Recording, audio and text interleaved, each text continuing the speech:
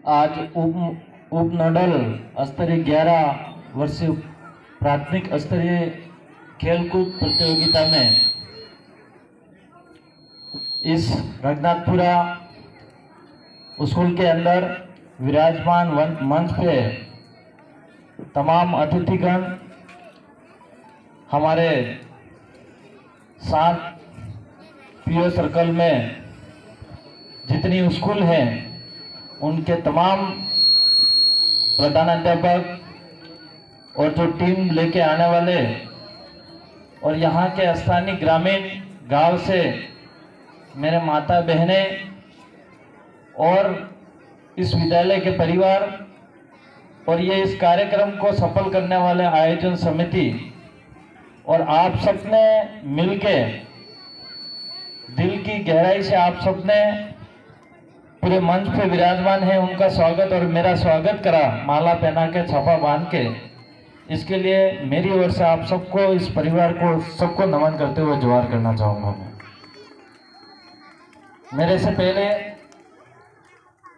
काफ़ी सारे वक्ताओं ने बात रखी, मैं भी कुछ बातें रखना चाहूँगा। एक स्थानीय क्षेत्र विधायक होने के नाते ये एक नन्हे मुन्ने बच्चों का प्रतियोगिता है और उनके बारे में मैं बात करूं, ये बच्चे जिस जगह पे बैठे हैं इस जगह पे मैं भी बैठ के इस मंजिल तक आया हूं, तो मैं तो उन बच्चों से क्या बात करूं, क्योंकि बच्चे अपनी बातों में व्यस्त हैं। लेकिन मैं अभिभावक और गुरुजन से बात जरूर करूंगा मेरे भाषण में कि ये बच्चे 1 से जो 5वीं तक बच्चे हैं, जो 11 वर्ष के बच्चे हैं, इससे ऊपर के बच्चे नहीं हैं, उन बच्चों को अपना भविष्य क्या है क्या नहीं है, अपना क्या लक्ष्य है, उन बच्चों को नहीं पता है। इन बच्चों का लक्ष्य बताने वाला एक गुरु होता है। मैं भी ये बच्चे जब हंसते हैं, मुस्कुराते हैं, एक दूसरे आपस में बातें करते हैं, मुझे भी वो दिन याद आते हैं जब हम भी प्रतियोगिता में, कई खेल प्रतियोगिता में जाते थे तो हम भी ऐसी हरकतें करते थे और उससे हमारा कोई लेन देन नहीं था मंच पे कौन बोल रहा है और कौन बैठा है, क्योंकि ये कभी कभार बच्चों को अच्छा भी नहीं लगता है कि ये मंच पे भाषण देते तो हमारा क्या मतलब है, हम तो बस ये अभी खो खो की प्रतियोगिता है, कबड्डी कब खेले, ये मन में रहता है। लेकिन उन बच्चों का भी मैं कहना चाह रहा हूँ कि आपका जो भविष्य है वो एक शिक्षा के मार्फत से ही है। कहा है कि शिक्षा, जितना दूध शिक्षा का पिएगा इतना दहाड़ेगा। और मैं जितने भी संस्था प्रधान हैं उन तमाम संस्था प्रधान से भी मैं निवेदन करना चाहूंगा कि ये बच्चे हैं, माँ बाप, उन बच्चों के जो माँ बाप हैं, अभिभावक हैं, वो इतने पढ़े लिखे नहीं हैं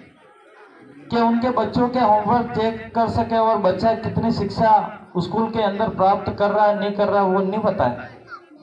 लेकिन एक गुरु ही अगर ठान ले और एक गुरु यूं सोच ले कि नहीं, मेरे स्कूल के अंदर जो पढ़ने वाले बच्चे हैं वो बच्चे भी, अगर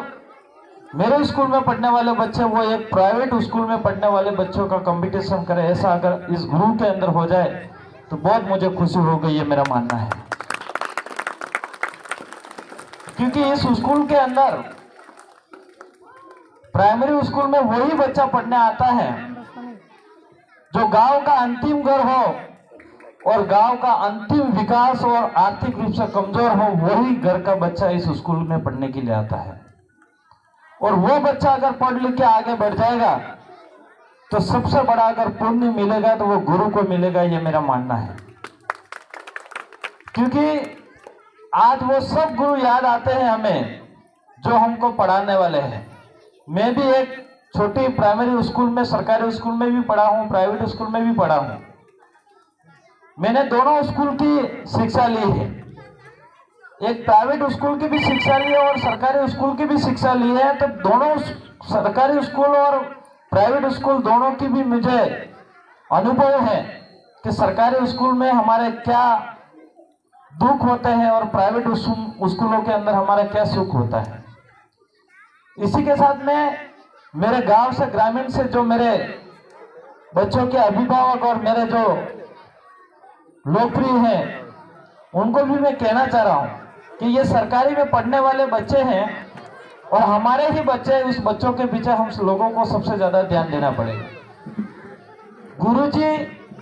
टीचर का काम होता है, गुरु का काम होता है स्कूल के अंदर पढ़ाने का। 6 घंटे बच्चे गुरु के पास रहते हैं, इसके अलावा जो टाइम बचता है वो अभिभावक, माँ बाप के पास बच्चे रहते हैं। उस बचा हुआ टाइम पे